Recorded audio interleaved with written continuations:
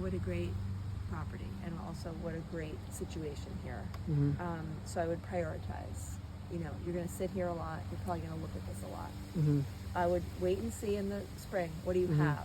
Yep. Wait for the 5 days in a row of 50 degrees. Then do your cleanup. Then wait and see. Okay. But future, what I would do is I would expand these beds a little bit if you want. If you want, they're great. But it just makes it like even more to look at and beautifulness. And then figure out, okay, what else do you want to prioritize? The front area where you come in, I would prioritize that. You know, both, you know, to the left, right when you walk in, but also along the driveway. These areas, and then just kind of like make a long list, and then see, you like work your way through it over time. But so that you don't get totally overwhelmed, it's like those top 3 things. My recommendation, right? Yeah. The things you see the most often. Plus the triaging. Okay. Okay.